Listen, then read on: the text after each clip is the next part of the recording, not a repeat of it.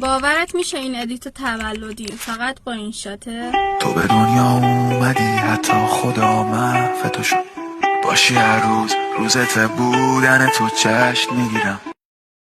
وارد این شات میشید، از قسمت ویدیو بلک رو انتخاب میکنید، تایمش رو افزایش میدید و سایزش هم 9x16 باشه.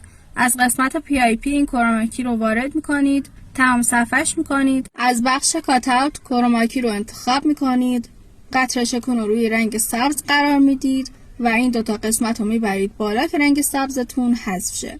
از بخش PIP یه دونه از عکساتون رو وارد کنید و روی این دایره تنظیمش کنید. تایمش رو بزنید که تا پایان ویدیو بره و یه ضربه روی اون فایل کروماکی بزنید که عکستون زیر اون فایل قرار بگیره. از قسمت PIP این قلب اضافه کنید، از بخش بلند روی حالت لایتن قرار بدید و مثل ویدیو تنظیمش کنید.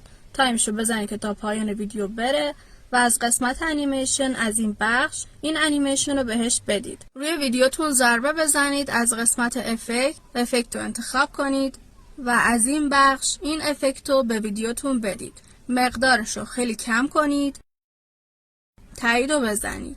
تایمش رو بزنید که تا پایان ویدیو باشه و از این قسمت بزنید که روی تمامی لایه هاتون این افکت بیفته و از قسمت PIP این آیمووی رو اضافه کنید و از بخش بلند روی حالت اسکرین قرار بدید و روی ویدیوتون تنظیمش کنید.